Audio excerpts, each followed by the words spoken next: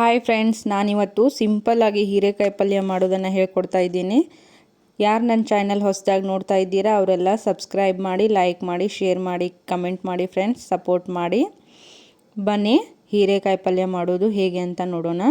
First ಹೀರೆಕಾಯನ್ನು ತೊಳೆದು ಈ ಥರ ಮೇಲಿನ ಸೊಪ್ಪೆ ಎಲ್ಲ ತೆಗೆದು ಈ ಥರ ಕಟ್ ಮಾಡ್ಕೊಳ್ಳಿ.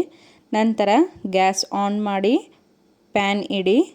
ಈಗ ನಾವು ಹೀರೆಕಾಯನ್ನು ಚೆನ್ನಾಗಿ ಹುರಿದುಕೊಳ್ಳೋಣ. ಪ್ಯಾನ್ಗೆ ನಾನು ಹೀರೆಕಾಯಿ ಹಾಕ್ಕೊಂಡಿದ್ದೀನಿ. ಅದಕ್ಕೆ ಸ್ವಲ್ಪ ಎಣ್ಣೆ ಹಾಕಿ 1 ಟೇಬಲ್ ಸ್ಪೂನ್ ಎಣ್ಣೆ ಹಾಕಿ ಅದನ್ನು ಚೆನ್ನಾಗಿ ಹುರಿದುಕೊಳ್ಳಿ.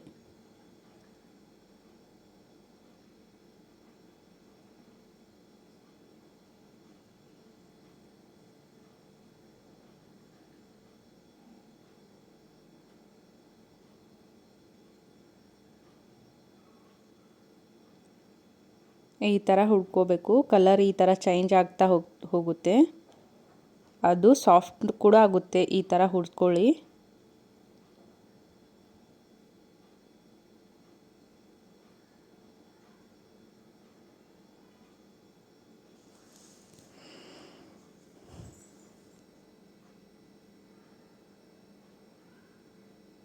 ಈ ಥರ ಕಲರ್ ಚೇಂಜ್ ಆಗಿ ಚೆನ್ನಾಗಿ ಹುರಿದುಕೊಳ್ಬೇಕು.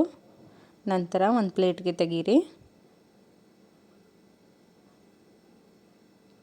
ಈಗ ನಾವು ಒಗ್ಗರಣೆ ಹಾಕೋಣ. ಪ್ಯಾನ್ಗೆ ಎಣ್ಣೆ ಹಾಕೊಳ್ಳಿ.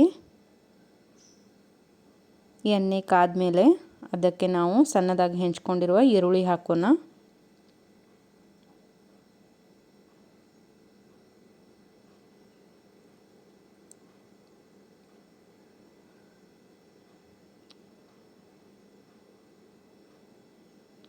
ಈ ಥರ ಈರುಳ್ಳಿ ಚೆನ್ನಾಗಿ ಫ್ರೈ ಮಾಡ್ಕೊಳ್ಳಿ.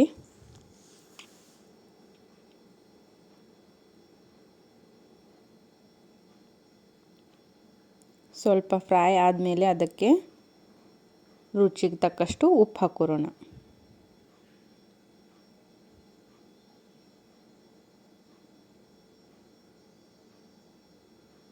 ನಂತರ ಅದಕ್ಕೆ ಸಣ್ಣದಾಗಿ ಹೆಂಚ್ಕೊಂಡಿರುವ ಟೊಮೆಟೊ ಕೂಡ ಹಾಕೋಣ.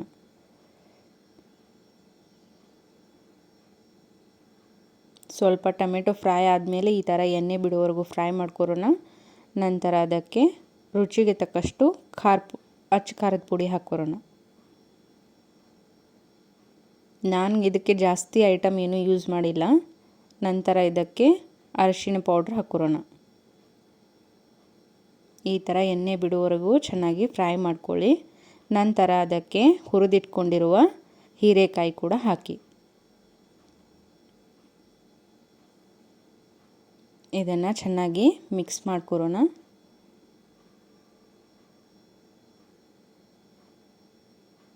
ನಂತರ ಇದಕ್ಕೆ ಚನ್ನಂಗಿ ಬೇಳೆಯನ್ನು ಹಾಕೋಣ.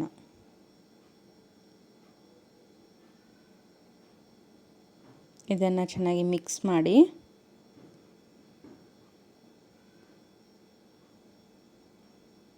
ಸ್ವಲ್ಪ ನೀರು ಹಾಕಿ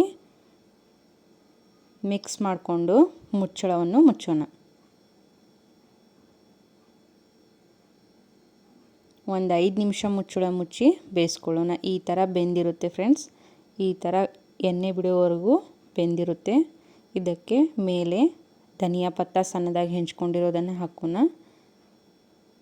ಮಿಕ್ಸ್ ಮಾಡ್ಕೊಳ್ಳಿ.